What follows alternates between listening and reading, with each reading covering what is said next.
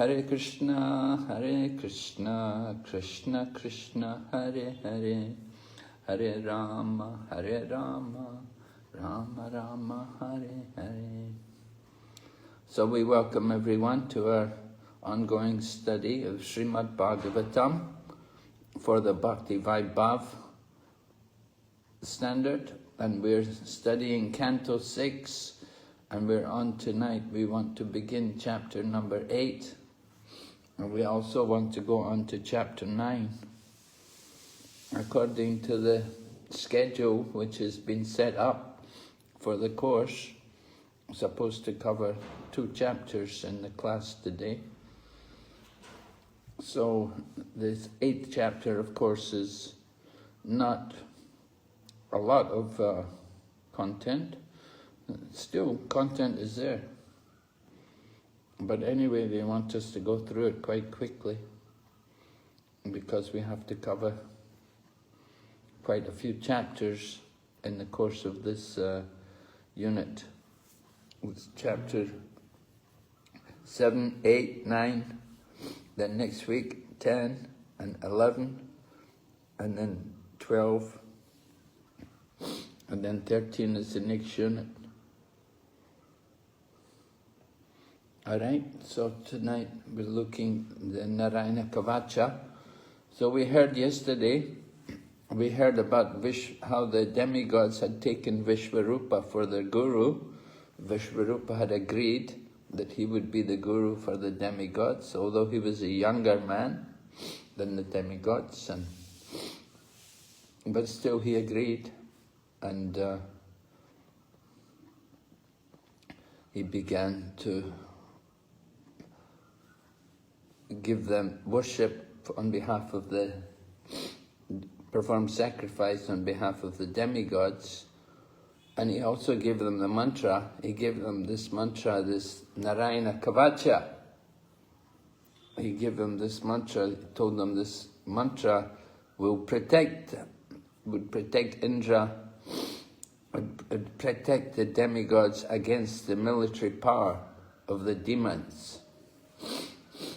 So this Narayana Kavacha is Vishnu mantra, of course, from the name Narayan. So Vishnu mantra begins like that. The first part of the mantra is putting the shield, making the mantra like a shield, a kavacha, a shield. And you put it around the body, around the different limbs of the body. They have to chant, first of all, while they do Achman and the whole, we're given a full description of how to do the mantra, how to put the armor on. I remember at one point, devotees were chanting this Narayana Kavacha. There was some crisis in our Juhu temple. It just recently opened, but there was a very serious problem in the Juhu temple, and some devotees were in a lot of trouble. So they were chanting the Narayana Kavacha every day, and it helped them. It definitely protected them, because the devotees survived the crisis. Anyway, they chant first of all Om Namo Narayanaya, which is the 8-syllable mantra, and then you're supposed to chant the 12-syllable mantra, Om Namo Bhagavate Vasudevaya, and then chant this Om Vishnave Namaha, 6-syllable mantra. Like this, different mantras all to be chanted, and you have to chant them. So each syllable you put on a different part of the body, and then you chant it in the reverse order also. And so quite elaborate description is given. And then also after you chant, then there's the meditation on all the different forms of the Lord, and how the different forms of the Lord can protect us. Sorry, just a minute.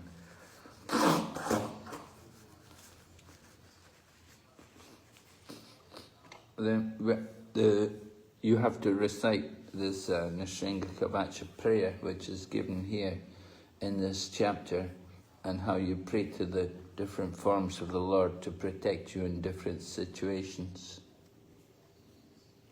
So Sukadeva Goswami asked Maharaj Parikshit Maharaj Parikshit asked Sukadeva Goswami that he wanted Sukadeva to explain to him about the Narayana Kavacha, because he knew that it had helped Indra to achieve success in the battle. So he wanted to hear about it. And Sukadeva Goswami recites the whole thing. And he knows the whole thing, and he can recite it all. And he tells how to do it, how to chant.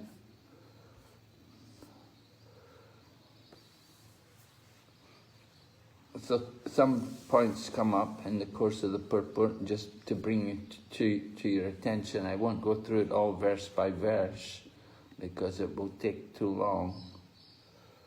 But it's mentioned, text 11 says, after finishing this chanting, one should think himself qualitatively one with the Supreme Personality of Godhead, who is full in 6 opulences and is worthy to be meditated upon. Then one should chant the following protective prayer to Lord Narayana, the Narayana Kavacha. So Prabhupada's purport, which is in text number 12, he talks about thinking oneself one with the Supreme Lord is called Ahangrahopasana. So this Ahangrahopasana is mentioned here. We've come across this word before in the, I think it's in the 2nd canto, the beginning of the 2nd canto, for steps in God realization. Then also this concept is introduced that one does not become God, but he thinks of himself as qualitatively one with the Supreme. So qualitatively one with the Supreme. Of course, this is the meditation of the devotee, that we understand we're part and parcel of the Supreme Lord. From the Bhagavad Gita, Lord Krishna says, Mam Vamsa Jiva Loke, Jiva Buddha Sanatana, that the living entities are eternally my parts and parcels. So we're part of the parcel of the Supreme Lord. We're not the whole parcel, but we're part of the parcel. So this is Ahangrahopasana, to think of ourselves as qualitatively one with the Supreme, equal in quality to the Supreme Spirit. And the way the water of a river is of the same nature as the water of the sea, we should meditate upon the Supreme Lord. It's described in this verse. So you can see it's a long meditation, and it's very powerful, very good practice for devotees to do this kind of meditation, meditate on the different forms of the Lord. And we're told about different avatars. For example, you can see here, text 13, may Lord Vamana protect me on the land. And then, may Vishwarup protect me in the sky, Vishwarup being the universal form. And then may Lord Nrsingadev protect me in all directions. Like this, meditating on the Lord in his different forms, how the devotee wants to be protected. May the Lord be kind enough to protect me in difficult places like the forest and the battlefront. And then, may Lord Boar protect me from the rogues on the street. And may Lord Parasaram protect me on the tops of mountains. And may Lord Ramachandra protect me in foreign countries. Like this, a devotee who's in a lot of danger, then they will pray like this. So as I said, like that, sometimes devotees, we can be also in a dangerous situation. So we can take shelter of the Lord through this kind of prayer.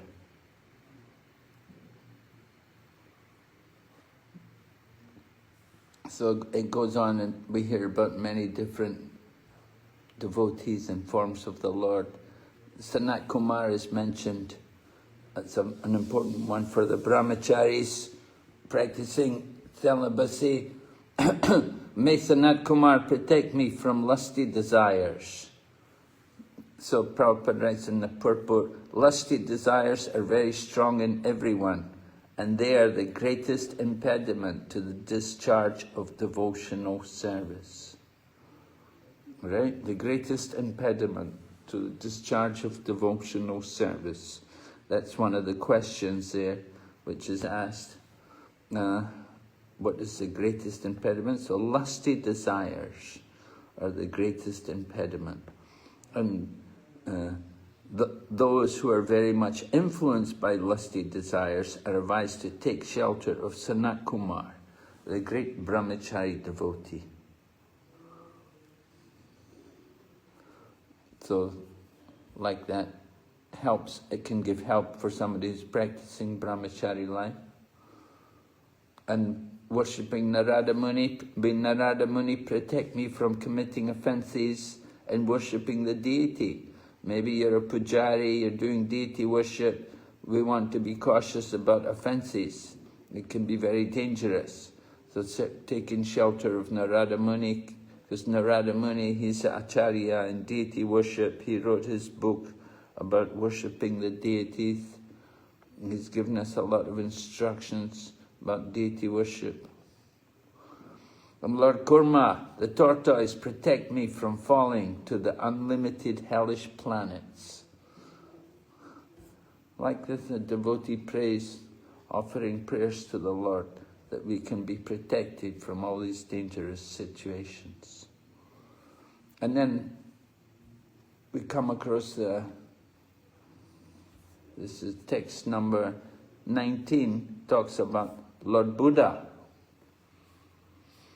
Of course, Lord Buddha is also one of our avatars. In Dasa avatars, Lord Buddha is also mentioned. There are many Buddhas. You know, if you ever try to preach in a Buddhist country, it's not that they will never accept that Buddha is an avatar of Vishnu. They have their own concepts, and there are many Buddhas. There's not just one Buddha. There's many different Buddhas.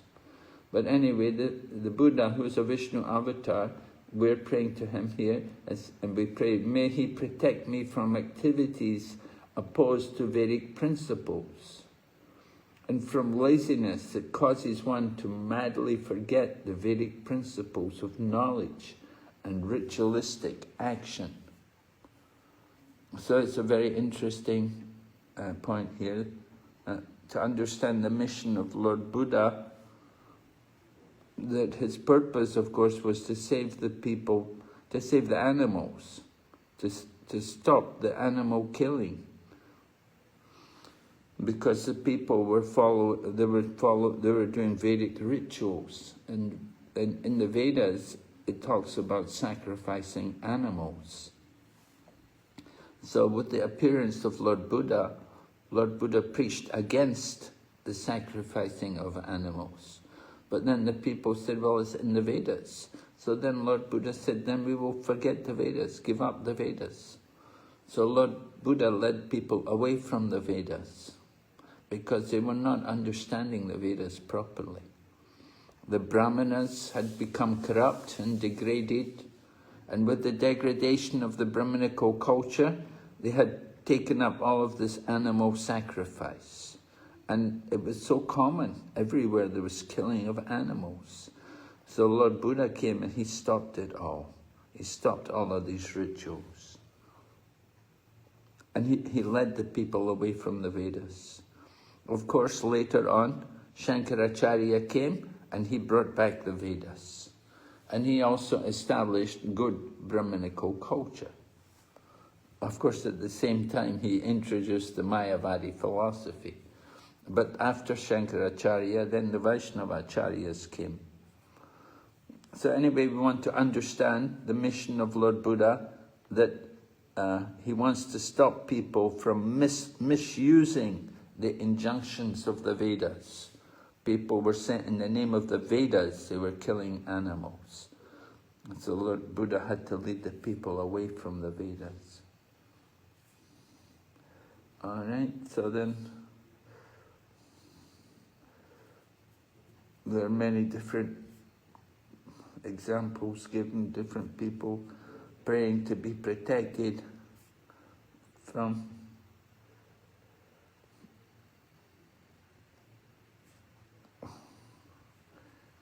you can go through them for yourself. We won't go through each and every one, just picking out some examples.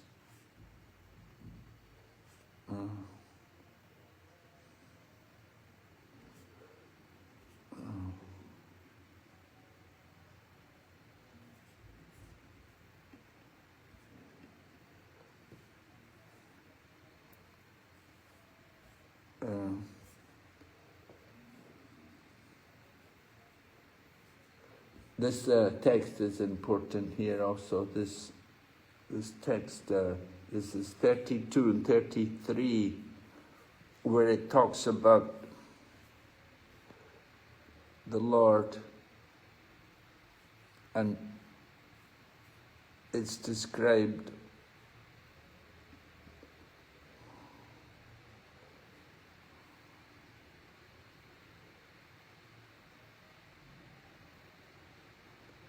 he says, those who are advanced in spiritual knowledge see unity in diversity. For such advanced persons, the Lord's bodily declarations, His name, His fame, His attributes and forms, and the weapons in His hand are manifestations of the strength of His potency. According to their elevated spiritual understanding, the omniscient Lord, who manifests various forms, is present everywhere. May He always protect us everywhere from all calamities. All right, so in the purport, Srila Prabhupada explains here about the ornaments on the body of the Lord. And it's mentioned here that the prayer to the ornaments and carriers of the Lord is not false, for they are as good as the Lord. Since the Lord is all-pervasive, He exists in everything, and everything exists in Him. Therefore, even worship of the Lord's weapons or ornaments has the same potency as worship of the Lord. So we're asked actually how we can worship the ornaments of the Lord. But it's pointed out that the ornaments of the Lord are not different from the Lord.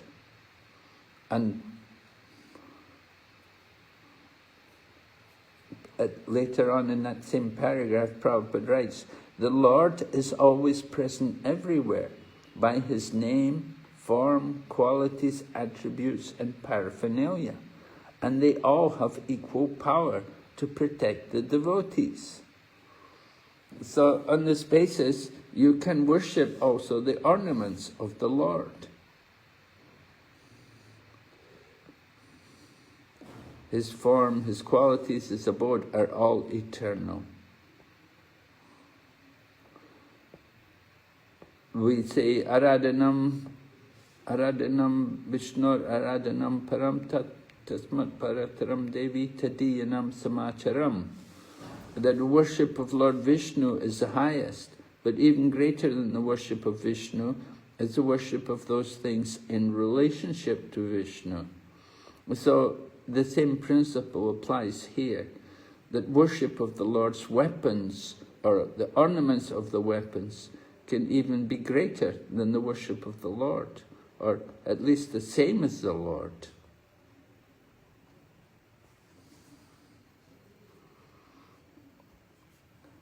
Of course, the Mayavadis, they have a problem trying to understand this.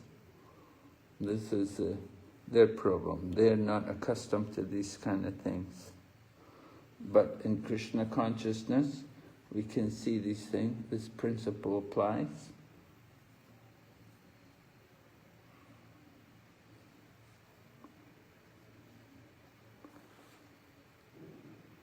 And there's also a section about Advaya Gyan. What is, oh yeah, you can see there, text number 30, they talk about Advaya Gyan. That's something also which we should know about, which we should be familiar with. It's mentioned there in the purport of text number 30. It says, therefore, the Lord is called Advaya Gyan, indicating that there is no difference between him and his name, form, qualities, weapons, and so on. Anything pertaining to him is in the same category of spiritual existence. They are all engaged in the service of the Lord in varieties of spiritual forms. Right?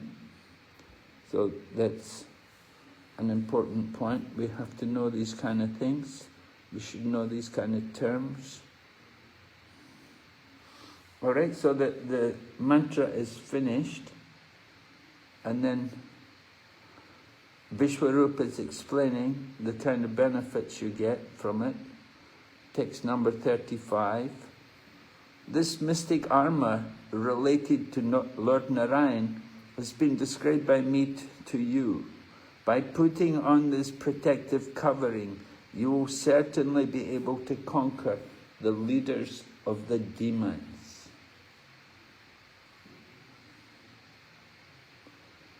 If one employs this armor, whomever he sees with his eyes or touches with his feet is immediately freed from all the above-mentioned dangers. So this is the power of the Narayana Kavacha. And then the next verse talks about this prayer is never disturbed or put in danger by the government, by plunderers, by evil demons, or by any type of disease. If you use this prayer, you'll never be disturbed by any of these problems. So people with disease can also chant this. And we're given an example. The King of Heaven,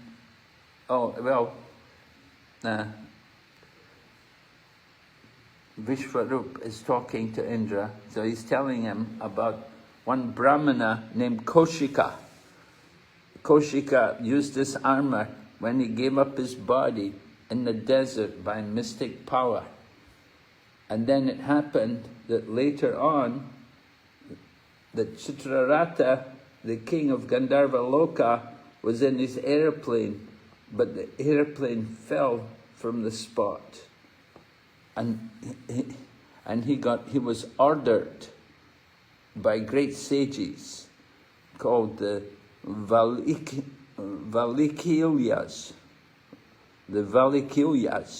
to throw the Brahmana's bones into the nearby river Saraswati. He had to do this and bathe in the river before returning to his own abode. So this was the power. The Brahmana Kaushika got that benefit by chanting the mantra.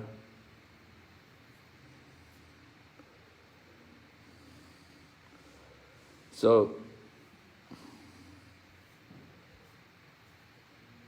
King Indra had received this mantra from Vishwarup, and in this way, you can see text 42 describes King Indra, who performed 100 sacrifices, received this prayer of protection from Vishwarup. After conquering the demons, he enjoyed all the opulences of the three worlds. So this is the power of chanting the mantra. And in the purport, there's an interesting statement it says that Madhvacharya says, a quotation from Madhvacharya, one must receive all kinds of mantras from a bona fide spiritual master. Otherwise, the mantras will not be fruitful. So, of course, the Madhvas, they're very much into chanting mantras. They know a lot of mantras. And if you go to see any of these Sanskrit colleges which the Madhvas have, you see the people there, they study so much. And Madhva, of course, was very powerful in defeating Mayavada philosophy. And the people who go to the Madhva college for Sanskrit, they all learn all the arguments which Madhvacharya has to defeat Mayavadi philosophy. So Madhvacharya says here, you have to know all kinds of mantras, and you have to receive them from the bona fide spiritual master. And so, of course, we know Sampradaya Vihina Ye Mantraste Nishphala Mata. That if we get the mantra which is not through the parampara, through the sampradaya, then it will not bear any fruit. So it's important that the mantras have to come through the authorized channel, through the line of the disciplic succession. And therefore Prabhupada quotes this 434 from the Bhagavad Gita, the importance of hearing from the bona fide spiritual master.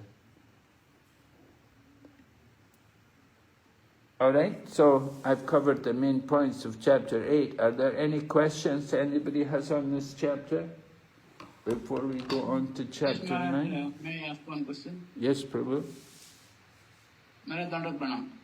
That the Buddha in our history is different from the Buddha described in Veda. Is it different or the same? The Buddha where? The Buddha described in our history is different from the Veda described in Veda, in Vedic literature. Well, the Vedic literature, there's really only the one Buddha. I mean, the Buddha who's talked about in the Dasavatar Stotra by Jayadev Goswami, who put the one Buddha in there in the Dasavatar Stotra. So that's generally who we think of as being Buddha, the one who came to stop the killing of the animals. But there are other Buddhas. And even in Srimad Bhagavatam, they will talk sometimes about another Buddha from a different time. And certainly in Buddhism, they have a lot of different Buddhas. Because the whole goal of their Buddhist thing is to become a Buddha. And for them, their idea is to become Buddha. It's not to become God. And they don't say Buddha's God. They don't say Buddha's man. He's Buddha. And their goal is to become a Buddha. And everybody's a Buddha. And if they get the goal of their Buddhist meditation, they become Buddha. They meditate on becoming Buddha.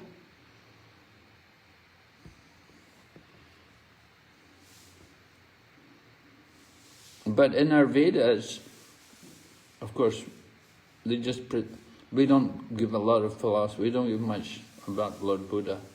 A little bit, just mainly speak about killing the animals, that he stopped the killing of the animals. He promoted ahimsa. But if you go to countries like Thailand, all the Buddhist monks are all meat eaters. They all eat meat. They say, well, I didn't kill anything. They go begging every day, and people give them meat. And so they say, I didn't kill anything. So there's two schools of Buddhism. So one school of Buddhism, they're vegetarian. The other school, the old school, they're all meat eaters. They'll eat whatever people give them.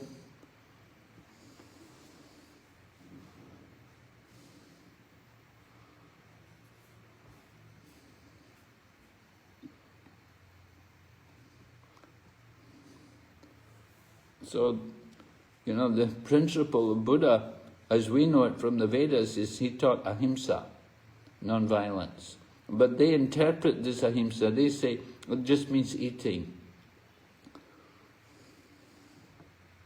And if you don't eat meat, then you're considered you're not a Buddha. You're not a Buddhist.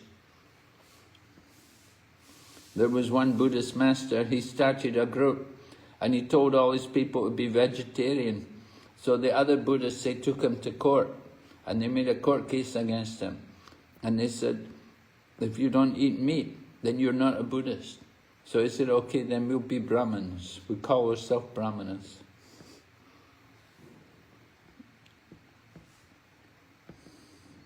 Anyway, these kind of things are going on, Kali Yuga. Buddhism was an emergency philosophy. It wasn't meant to be a Sanatan Dharma. It was an emergency to lead the people away from the Brahminical culture and to stop all the killing of the animals.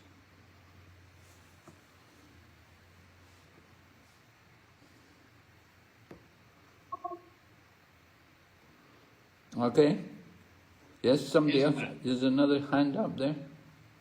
Yes, Maharaj, and Pranam Maharaj. Actually, yes, we just learned from Sri Prabhupada's purport that one who prays Lord Buddha helps others misusing Vedic injunctions. But during the incarnation of Lord Buddha, Vedic injunctions were contravened, were violated. So no one obeyed the Vedic rules. So if one prays Lord Buddha, assuming that he is the Supreme Personality of Godhead, how this purport has relevance in understanding this conception? Well, Lord Buddha saw that the people could not accept the principle. Lord Buddha was trying to tell them what the Vedas say, but they could not accept it. So he said, okay, just follow me. So they had faith in him, and they followed him. So Lord Buddha is actually Shaktavesha avatar. He's the Lord himself. He's empowered to deliver the Lord, to deliver the message of the Lord. So they followed him and they got delivered because they had faith in him. They didn't follow the Vedas, they didn't follow any injunctions of the Vedas. They didn't have faith in these things, but they had faith in the Buddha and they followed him. And because they followed him, they were able to be delivered. Oh, yes, thank you, Maharaj. I have another question. So we are studied in Bhagavad Gita, Badanti tat vidas tatam yat jnanam advayam brahmati paramatmati bhagavanati sabdate. That advaya word is used there. So that means Lord is realizing three different features in three different realizations: Brahman, Paramatma, and Bhagavan. So, Maharaj, so if this non-dual understanding is that Lord and Lord's paraphernalia are non-different, so because these are the three different realizations, and Lord Chaitanya Mahaprabhu's principle of simultaneous oneness and difference has a very significant role in explaining all diversities in the Vedic wisdom. So how this can be correlated insofar as understanding of this verse is concerned? So, yes. Well, we understand everything, the Lord and his paraphernalia all being one. Not that they're Brahman. We don't say that the Lord's weapons and like that are Brahman, but because they're connected with the Lord. It's his paraphernalia. So they're not material, they're spiritual. Just like the Lord's abode, the holy Dham, Vrindavan, or Mathura, Dwarka, they're not different from the Lord. The Lord appears there. So these things they're not different from him. This is his spiritual potency. That all of these things, they're in relation to the Lord. I quoted that verse, Aradhanam sarvisham vishnor aradhanam param. Tasmat parataram devi tadiyanam samacharam. Of all kinds of worship, the worship of Lord Vishnu is the highest. But even greater than the worship of Lord Vishnu is the worship of those things in relationship to Vishnu. And we, of course, we do. We worship Tulsi. We worship Prabhupada. We worship our founder Acharya because they're in relationship to the Lord. So it's even greater than the worship of the Lord. And so the example is given here in this section that the Lord's ornaments, worship of the Lord's ornaments, because the demigods are offering prayers to the ornaments of the Lord, and they're not different from the Lord. Everything in the spiritual world has consciousness. So the Lord's ornaments are also conscious. They're not material. You have to understand these things. That they're one with the Lord, and at the same time different from the Lord. One in the sense that they're spiritual energy, and different in the sense they're the ornaments, they're not the Lord, they're His ornaments. But they're decorating the body of the Lord.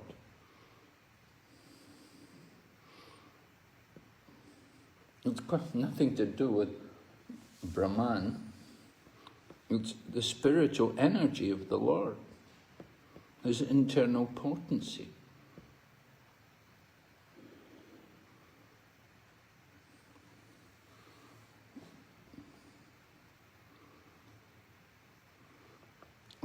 Of course, we have difficulty to appreciate these things. We just simply have to hear. We have to hear these things carefully.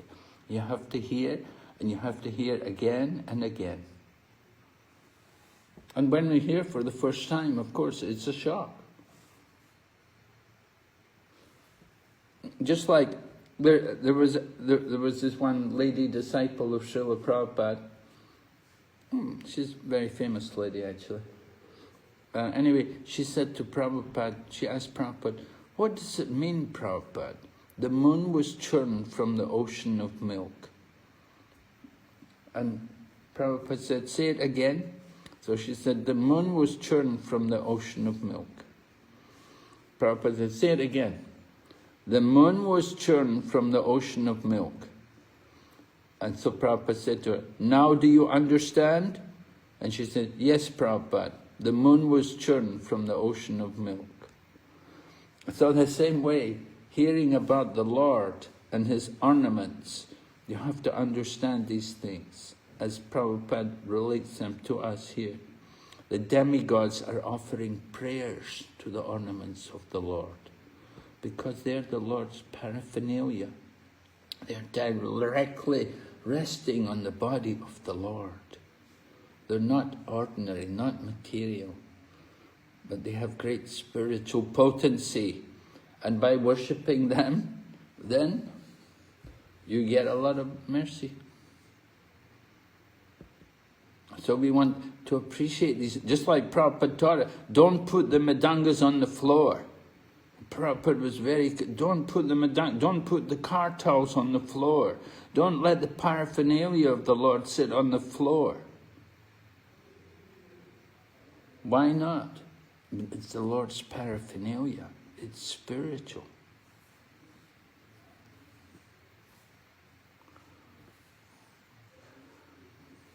Okay. Yes, Maharaj. Thank you very much for so much explanatory and elaborate explanation. Maharaj, yeah, another question that is taking my mind. Madhvacharya was a spiritual ambassador in the disciplic succession from Brahma Madhya Gaudiya Vaishnava Sampradaya, I don't know. But from Madhvacharya, the lineage, that means the disciplic succession that flew from Madhvacharya, they adopted Prathama Sriti conception, means they started worshipping Param Guru conception, etc. What I was studying from a literature given by one of the devotees of ISKCON. How can you explain it for clear understanding?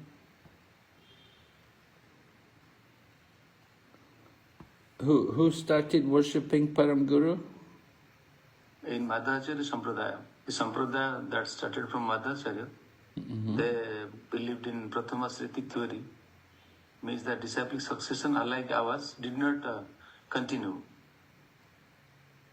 Well, the disciplic succession did not continue. Yeah, from Madhacharya towards his descendants, in that way, in the disciplic succession that flew from Madhacharya onwards, that was adulterated with that Prathama Sritik theory. Is it?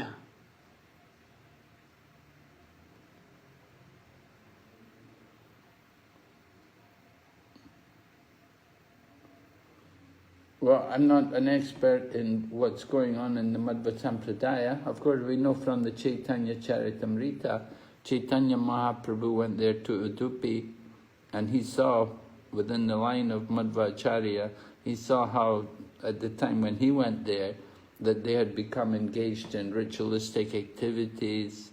They'd given a lot of importance to rituals and fruitive activities, and the desire for liberation was also there. So he saw that they were not focusing on pure devotional service. But Madhvacharya himself, he focused on pure devotional service. So there was a decline in the standards. Even you go there today, if you go, just not long ago I was there in Bangalore, and we went to a Madhvacharya temple, and I saw them do a lot of rituals. So many rituals were going on, karma kandi kind of rituals. So, Chaitanya Mahaprabhu, Rupa Goswami, we're following Rupa Goswami, Anyabilasita Sunyam Jnana Karma Janavritam. This is our principle in devotional service. We emphasize pure devotion. But from the time of Madhvacharya, it was Chaitanya Mahaprabhu took the initiation in the line of Madhvacharya because of Madhavendra Puri, that Madhavendra Puri had brought the seed of love of God in the form of ecstatic love for the Lord. And that is why Chaitanya Mahaprabhu accepted initiation in that line of Madhvacharya, because of Madhavendra Puri. It was Madhavendra Puri who had actually brought the real mode of love of God into that sampradaya. Taught people about, and he had emphasized that feeling the separation from the Lord, that mood of Vipralamba Seva. And this was there, and you can see Madhavendra Puri when he departed from the world, how he was chanting the prayer in the mood of Srimati Radharani, as she was feeling the separation from Lord Krishna.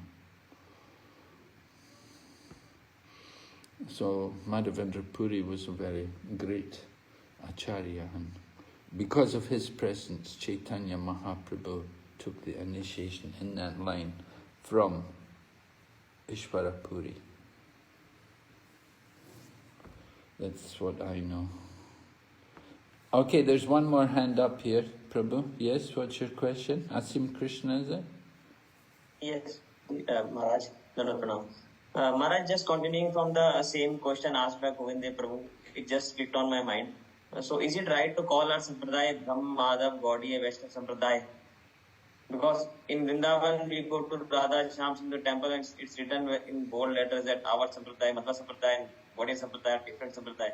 So how to answer them in a sense? What did they say? Which Sampradaya? They say that Madhva Sampradaya and Gaudiya Sampradaya are different Sampradaya. And we we do present the line of the cyclic succession, but Chaitanya Mahaprabhu did accept initiation in that line, coming from Madhvacharya. But then later on, after taking initiation in the line from Madhvacharya, then Chaitanya Mahaprabhu, he has his own branch. He's like a branch of the Madhva Sampradaya. You know, of course, we're not strict followers of the Madhva Sampradaya. They give a lot of importance to shastras which we don't give so much importance to. Chaitanya Mahaprabhu emphasized Srimad Bhagavatam. They don't put so much emphasis on the Srimad Bhagavatam.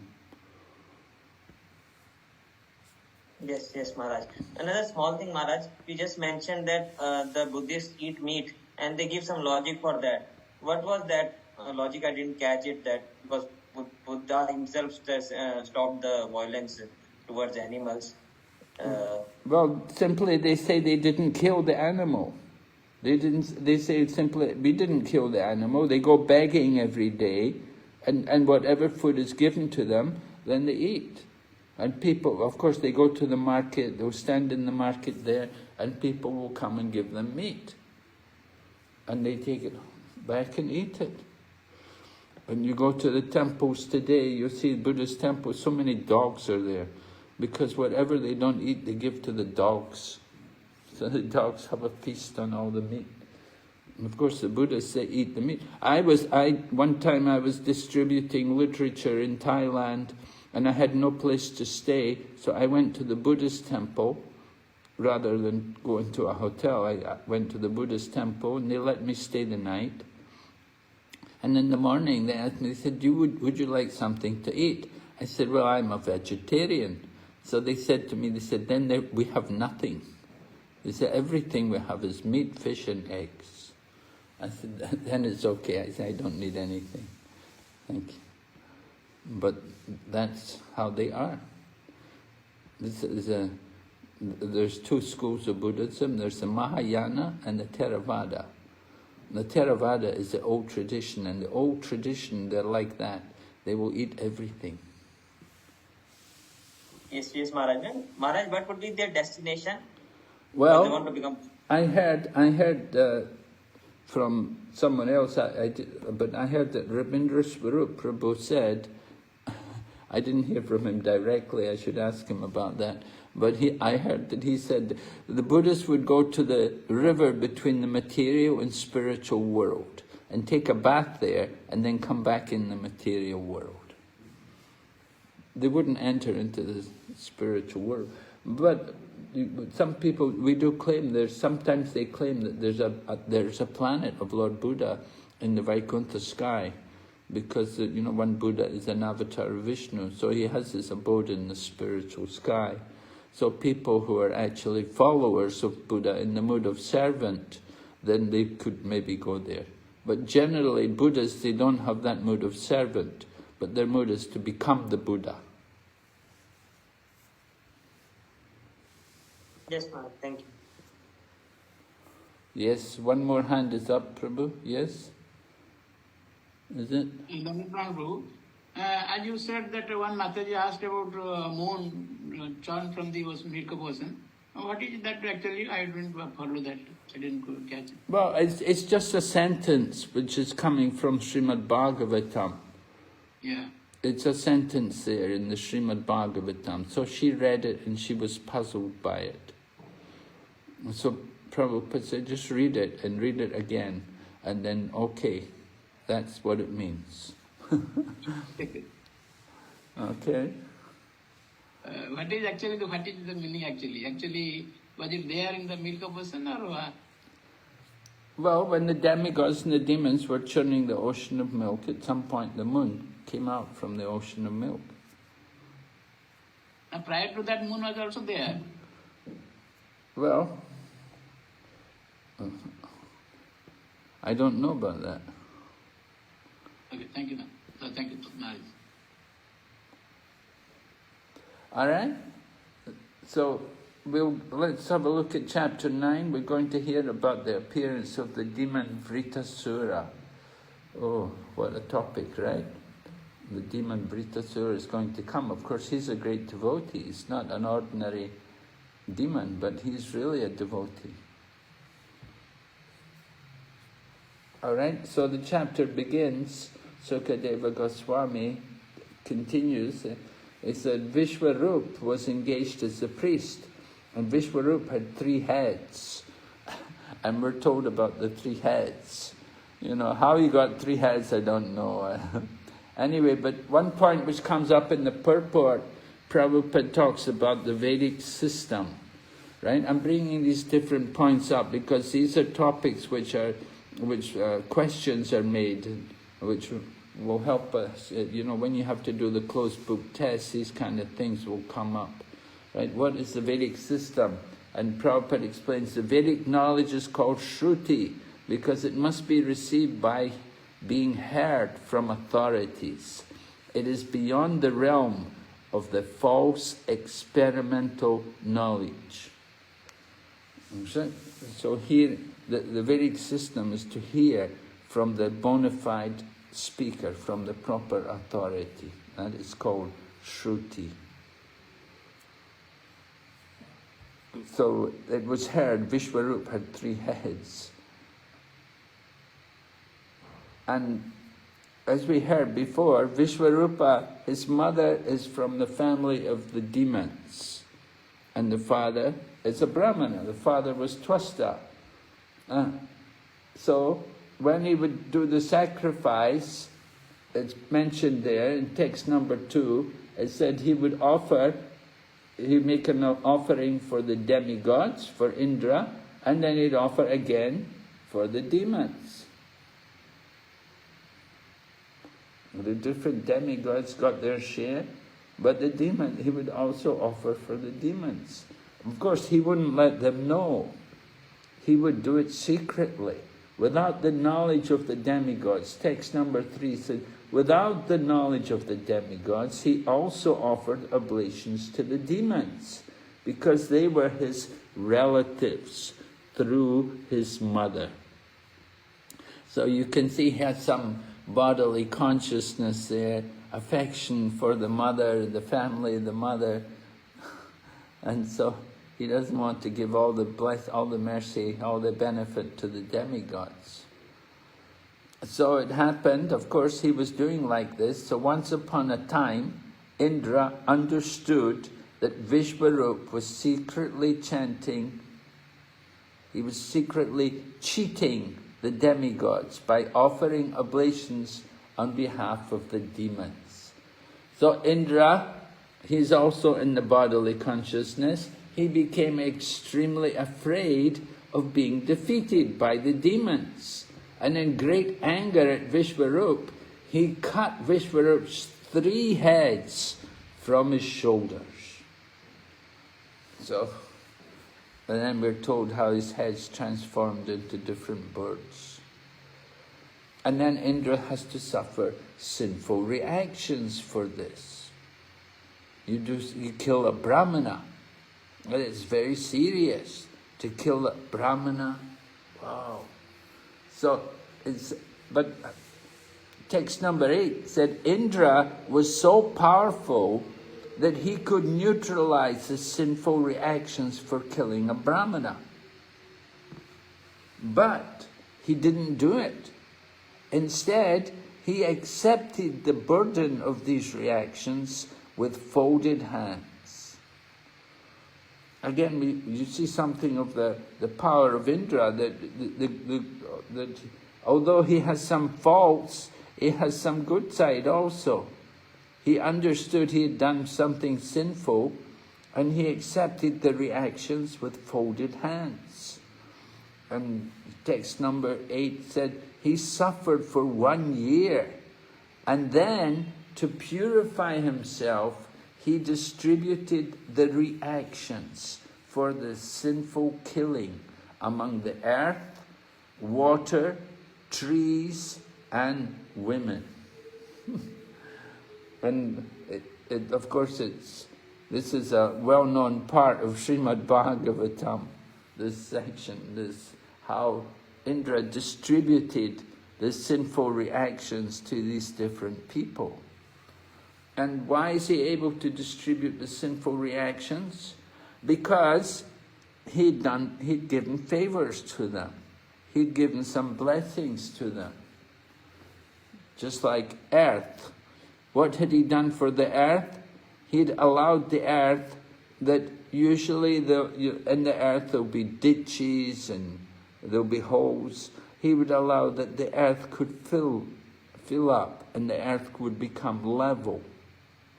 So because he allowed the earth to become level in that way, so the earth was indebted to Indra. So Indra gave 1/4 of his sinful reactions to the earth.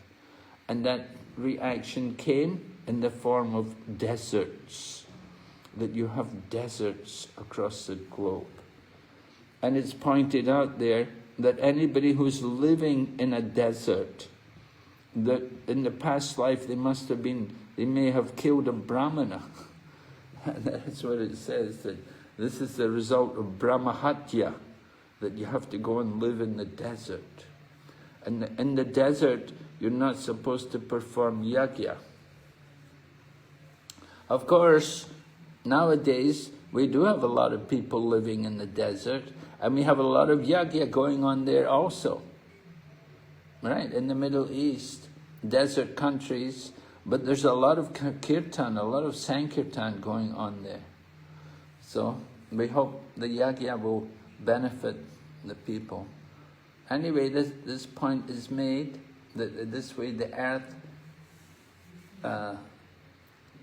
took 1/4 of the reactions of Indra's sin for killing a Brahmana. And then we're told about, the next thing we're told about trees.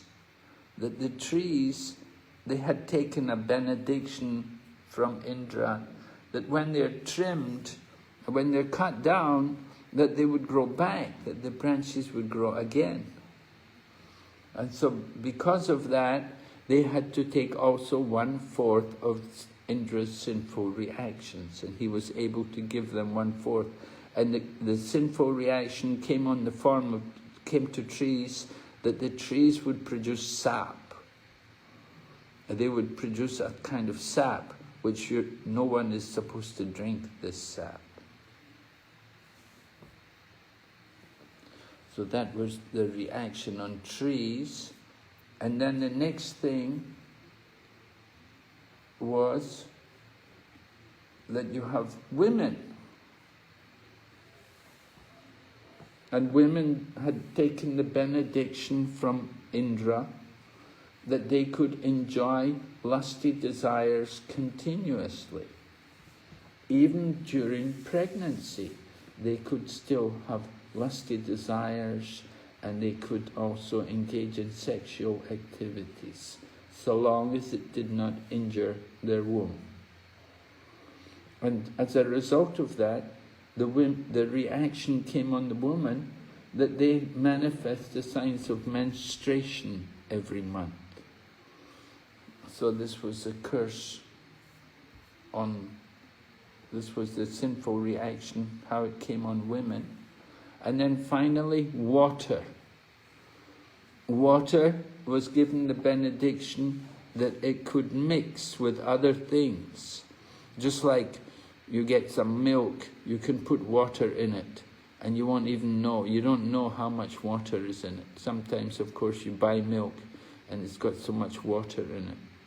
Or fruit juice, you can put water in it. Or even vegetables, like potatoes. You can add water into the potatoes and mash the potatoes. So the water has that benediction that it can increase the volume of something. So they had to take also 1/4 of the reactions for Indra's sin of killing a Brahmana. And that reaction came on water, that there will be bubbles and foam in the water. And when you want to like drinking water, you should not take water which has bubbles and foam. It's not good for drinking. So in this way, Indra distributed his sinful reactions. He'd suffered himself for 1 year, and then he distributed it to other people who had some obligation to him. So, did Indra do wrong? First of all, did Indra do wrong in killing Vishwarup?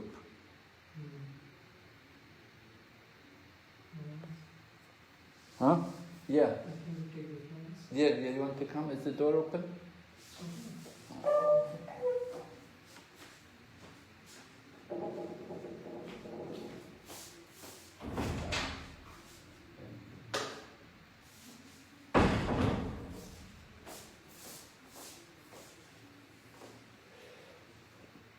So what do you say? Did Indra do wrong? Was it wrong for him to kill Vishwarup? I would say obviously because he got reactions. If it would have been right, he would have got no reactions. So there was definitely some wrong in it. Yeah. You agree, everyone? Of course, it was a very impulsive thing which he did. It seems to have been very impulsive that he killed him immediately. He didn't question him, what are you doing? He didn't try to reform him. And he took it very seriously. Immediately he killed him.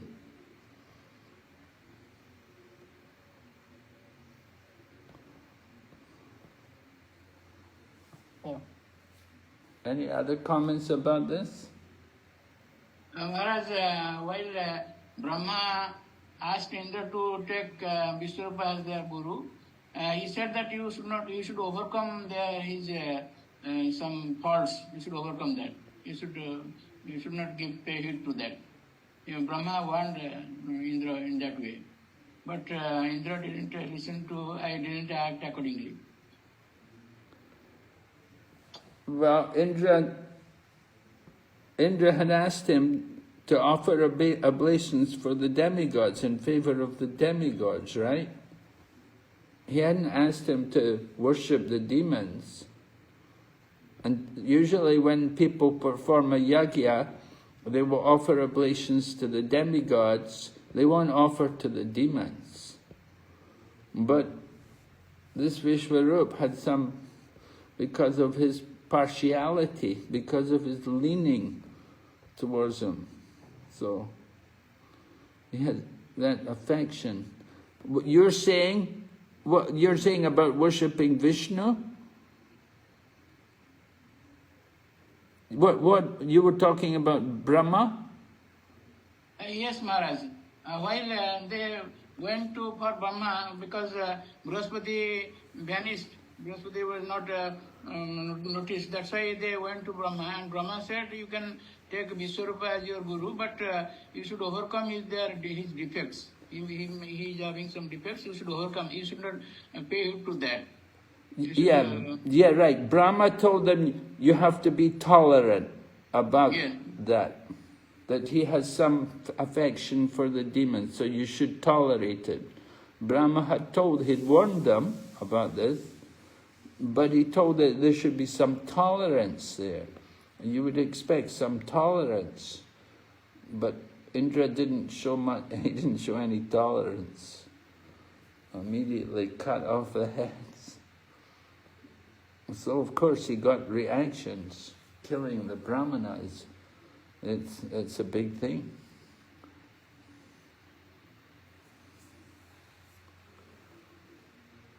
So anyway, he took the responsibility himself. He suffered for 1 year. I don't know if that's 1 year of the demigods or 1 year on this planet. Big difference. But anyway, he suffered for 1 year, and then he distributed the reactions among these people who had taken blessings from him. I think we'll take a break here. Can we take a break here? We'll have our break. We'll go on in 10 minutes. Okay. Hare Krishna. Hare Krishna.